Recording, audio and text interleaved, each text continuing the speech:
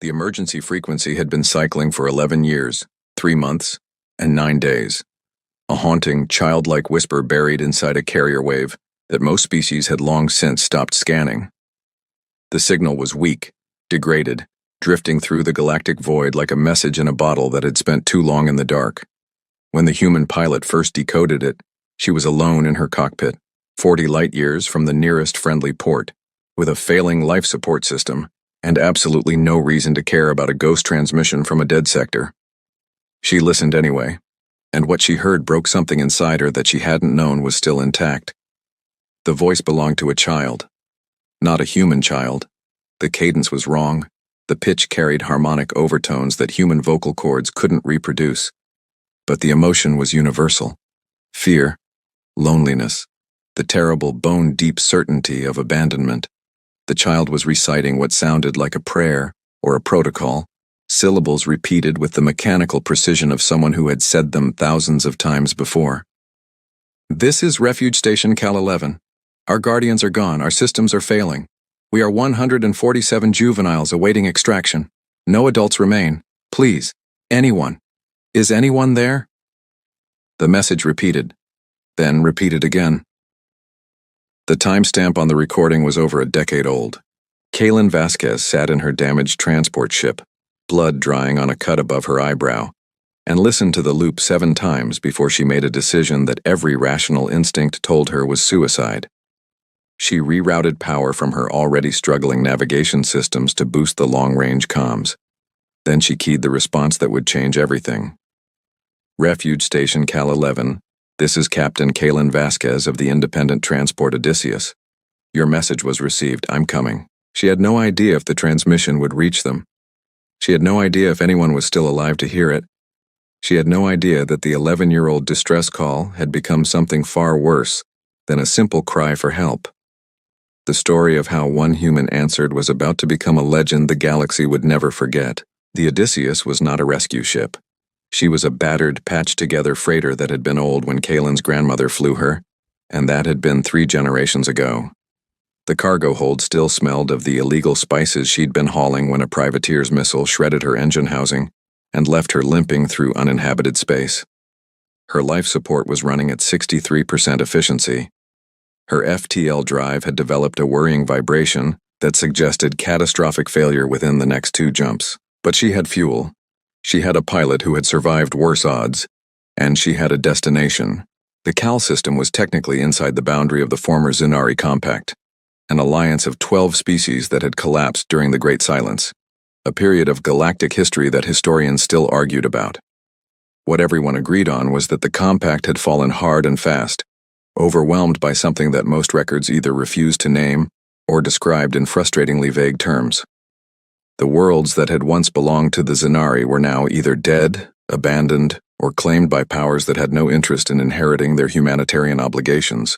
Refugee Station Cal 11 had been a juvenile care facility, an orphanage essentially, built to house the children of soldiers and diplomats who served on the Compact's outer reaches. When the Compact fell, those adults never came back. Kaylin calculated the jump, ran the numbers 3 times, and realized she was looking at a 12-day journey through space that hadn't seen a friendly ship in over a decade. The privateer that had shot her down was still out there somewhere. The FTL vibration was getting worse, and she was running low on medical supplies, food, and the kind of hope that made stupid decisions feel heroic instead of just stupid. She made the jump anyway. The first 4 days were uneventful in the way that deep space travel always was. Endless, quiet, punctuated by the steady hum of systems working exactly as they were supposed to. Kaylin used the time to repair what she could, ration what she couldn't, and replay the distress call over and over until she had memorized every tremor in the child's voice. 147 juveniles, no adults, 11 years. She tried not to think about what that meant. What children left alone for that long would have become. What they would have had to do to survive. What they would look like now, if any of them were still alive at all. On the 5th day, her comms picked up something new. It wasn't the distress call. It was a response. Faint, fragmented, but unmistakably directed at her. The signal was so weak that her decryption software couldn't fully parse it, but enough bled through for her to understand the message. "Captain Vasquez, is this... you actually..." A pause. A sound that might have been a sob or might have been static. "We thought no one was coming." Kaylin's hands tightened on the controls. She keyed a response immediately. "I'm coming. I'm 12 days out. Can you hold on?" The reply took 6 hours to arrive. When it did, the voice was different, older, more controlled, but carrying the same weight of exhausted desperation. "We've held on for 11 years, Captain. We can hold on for 12 more days, but you should know. There's something here. Something that's been watching us, waiting. We think it's why no one came." Kaylin felt the temperature in the cockpit drop, though the life support readout hadn't changed. "What do you mean?" she transmitted. "What's watching you?" The silence that followed stretched for nearly a full minute before the response came through. "We don't know what it is, but it knows we're here, and every time a ship gets close to the system, it does something. The ships stop responding. Their signals go dark. No one ever reaches us." "I'm still coming," Kaylin said. Another long pause. "We know. That's what scares us." The CAL system appeared on her sensors 12 hours ahead of schedule, thanks to a risky gravitational slingshot maneuver that left the Odysseus shuddering and Kaylin's teeth rattling. The star at the system's heart was a dim red dwarf, barely warm enough to support life, and the planets that orbited it were rocky, airless, and utterly unremarkable. Except for one. Cal 11 was not a planet. It was a station, a massive, rotating ring built in the shadow of a dead gas giant, designed to house thousands of residents in artificial gravity and recycled atmosphere. From a distance, it looked like a ghost. Its lights were mostly dead, its rotation had slowed to a lazy tumble, and its outer hull was pitted with micrometeorite impacts that had never been repaired. But there was power. Faint, flickering, but present. And there was life. Kaylin's sensors detected heat signatures clustered in the station's central habitat module. 109, not 147. 38 signatures were missing, and she forced herself not to think about what that meant. She was running through docking approach protocols when her proximity alert screamed. Something had appeared on her sensors. Something big. Something that hadn't been there a second ago. The thing, she couldn't call it a ship because ships had identifiable configurations and this had none, was a mass of shadows and angles that didn't quite align with the laws of physics she understood. It was roughly spherical, but the sphere kept shifting, rippling as if it couldn't decide on a fixed shape. And it was moving directly toward the Odysseus. Kaylin pulled the freighter into a hard evasive turn, but the thing matched her trajectory effortlessly. It was fast. Faster than anything she'd ever seen. And as it drew closer, her sensors began to malfunction. First the navigation array, then the comms, then the life support monitors. The readings flickered, glitched, and then went dark entirely. She was flying blind. "This is Captain Kaylin Vasquez," she transmitted on every frequency, knowing it probably wouldn't work. "I am on a humanitarian rescue mission. Identify yourself." The thing didn't respond. It simply kept coming, and then just as suddenly as it had appeared, it stopped. It hovered at the edge of her sensor range, or what was left of her sensor range, and seemed to watch her. Kaylin could feel it watching. A prickling sensation crawled across her skin, the same primal awareness of being stared at by something that had no business existing. Her comm crackled. The children's voice broke through the static. "Captain, can you hear us? You have to leave, now. It found you. It always finds them. Please go, before it's too late."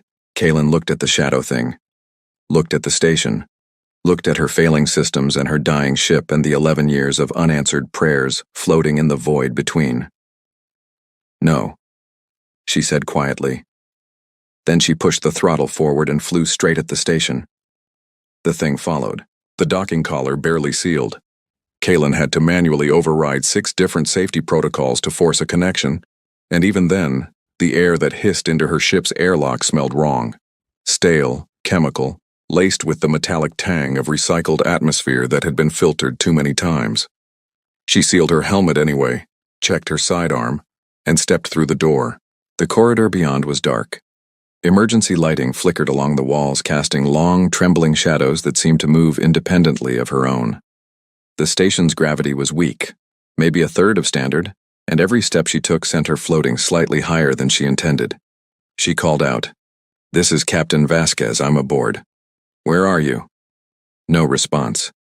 Just the hum of failing machinery and the distant rhythmic clanking of something loose banging against something metal. She moved forward, following the heat signatures her suit's sensors had picked up.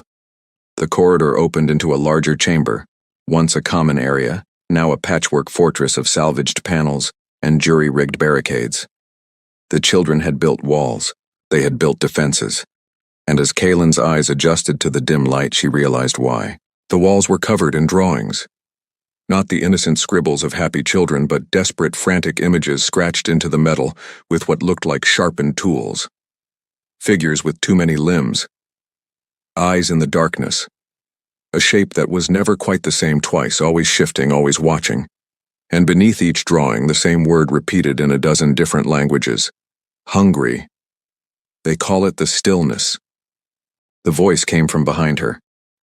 Kaylin spun, her hand going to her sidearm, and found herself facing a young alien who stood about chest-high, with 6 limbs arranged in 2 opposing pairs, and skin that shifted between shades of blue and violet depending on the light. Her eyes, 4 of them, arranged in a diamond pattern, were ancient in a way that had nothing to do with her apparent age. "You're the one who sent the distress call," Kaylin said. The child nodded. "I was the youngest then, the only one small enough to fit in the transmitter housing to repair it. I've been recording messages every day for 11 years. You're the first person who ever answered." "What's your name?" "Yilvri. I was 7 when the Guardians left. I'm 18 now by Zinari reckoning. The others are younger. Or older. It's hard to keep track anymore." Kaylin looked past Yilvri and saw more faces emerging from the shadows. Dozens of them. Different species, different sizes, different numbers of limbs and eyes and sensory organs. But they all shared the same expression. Exhausted, terrified, and staring at her like she was a ghost. 109, Kaylin said quietly. The transmission said 147. Yilvri's skin flickered to a darker shade. Grief, Kaylin would later learn. 38 didn't make it. The first few years were bad. We didn't know how to ration, how to repair things, how to treat injuries, and the stillness. She hesitated. Sometimes it gets in. Not physically, but in your head. It shows you things, makes you want to go outside, to see what's out there. Some of the older ones couldn't resist. They opened the airlocks, or they just left, walked into the void like it was calling them home. Kaylin thought about the thing outside her ship, the shadow that had appeared from nowhere, that had scrambled her sensors, that had watched her with an intent that felt almost intelligent. "That's what stopped the other ships," she said. "The ones that tried to come before." Yilvri nodded. "The stillness doesn't want anyone to reach us. We don't know why. Maybe it's protecting something. Maybe it's just hunting. But every time a ship gets close, it takes them. And then it comes back here and watches us through the walls. We can feel it. Like cold water dripping down your spine. It wants us to know we're alone." Kaylin turned and looked back at the docking collar. Her ship, the Odysseus. For a moment she considered the rational choice. Leave now, while the stillness was apparently content to just watch and bring back help. Real help. A fleet. Military support. But she had seen the way the children looked at her, like she was the first light they'd seen in a decade. And she knew, with a certainty that settled deep in her bones, that if she left, they wouldn't survive another 11 years. "I have a ship," she said. "It's not pretty and it's not big, but it can hold all of you. We need to get everyone aboard and get out of this system before that thing decides to stop watching and start acting." Yilvri's 4 eyes widened. "You'd do that? For us? I came 12 days through hostile space with a dying engine and a life support system that's been trying to kill me since I bought this ship. You think I'm going to let some shadow monster stop me now? For the first time in 11 years, Yilvri smiled. The evacuation should have taken 3 hours. It took 12. The children were scared, and their fear manifested in ways Kaylin hadn't anticipated. Some refused to leave the only home they'd ever known, even though that home was falling apart around them.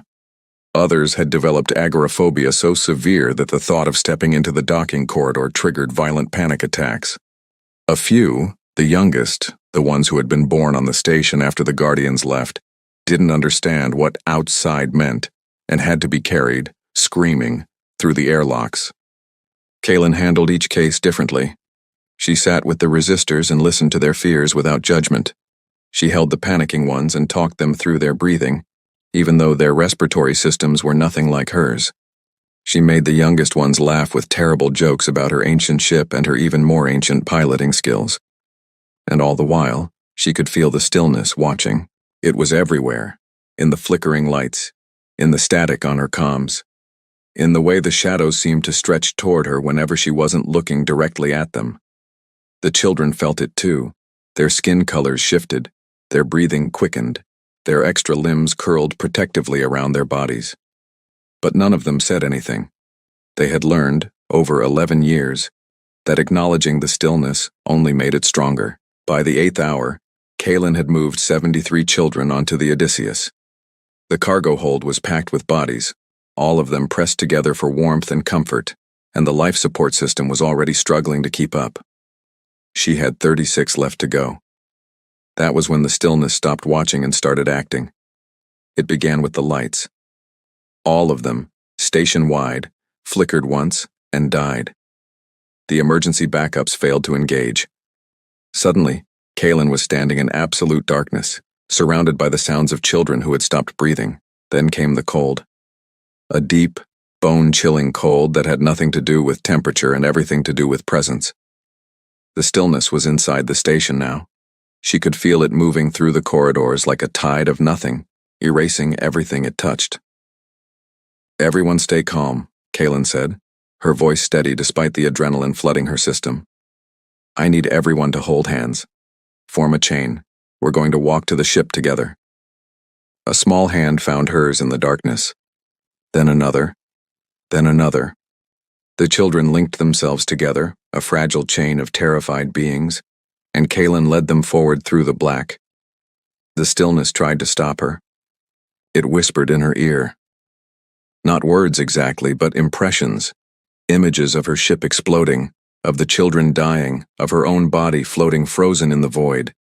It showed her every failure she'd ever made, every person she'd ever let down, every moment of weakness and doubt she'd ever tried to bury.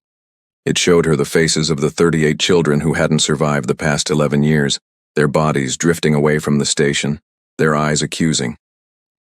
"You're too late," the stillness seemed to say. "You were always too late. Leave them. Save yourself." Kaylin kept walking. She thought about her grandmother, who had flown this ship through a war zone to rescue refugees from a burning colony. She thought about her father, who had died in the cockpit of a transport just like this one, his last act punching coordinates for an automated evacuation.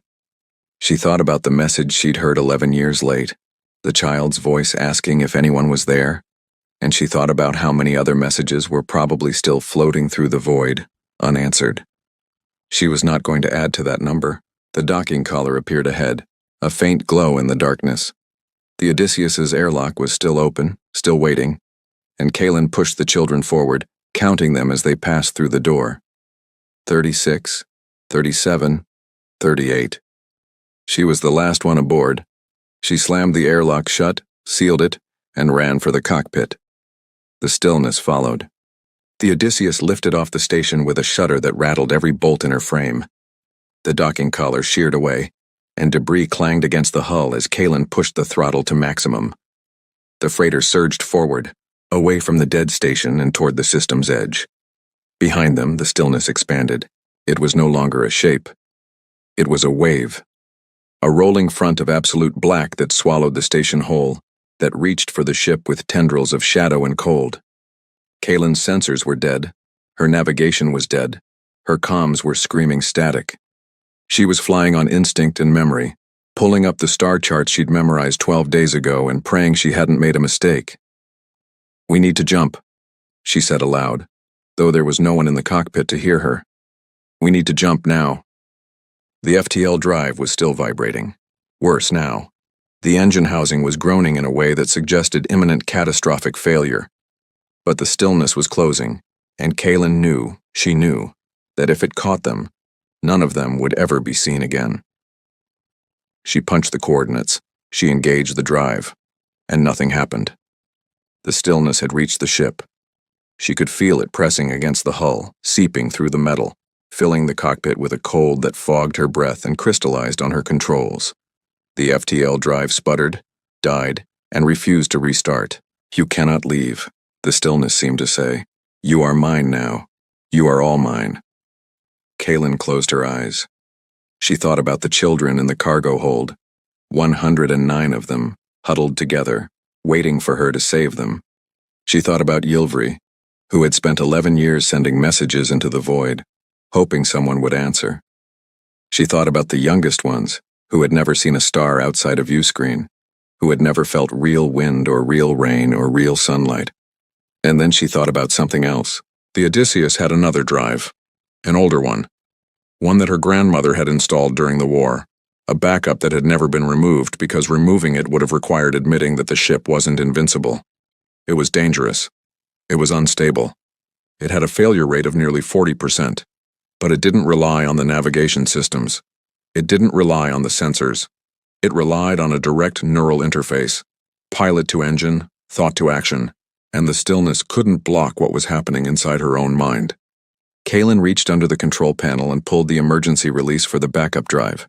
The panel hissed open, revealing a tangle of cables and a single ancient interface port, designed for a species that had worn neural links as casually as clothes. She didn't have a neural link, but she had a pair of alligator clips, a power converter, and a complete lack of regard for her own safety. She stripped the insulation off 2 wires, clipped them to her temples, and braced herself. The pain was immediate and absolute. The neural interface wasn't designed to work without a proper link. It wasn't designed to work with a human brain at all. But Kaylin's grandmother had been a genius, and the Odysseus had been her masterpiece. And somewhere in the ship's ancient architecture, there was a failsafe that recognized desperation when it saw it. Kaylin felt the FTL drive spool up. Not the main drive. The backup. The dangerous one. The one that might tear the ship apart or send them hurtling into a star. But it was working. The coordinates she'd punched into the main drive were still in the system, and the backup was latching onto them, dragging the ship toward the edge of reality. The stillness screamed. It was a sound that had no frequency, no volume, no source. It was a scream that Kaylin felt in her teeth, her bones, her thoughts. The shadow thing pressed harder against the hull, and the metal began to buckle. Airlocks ruptured. Atmosphere vented into space.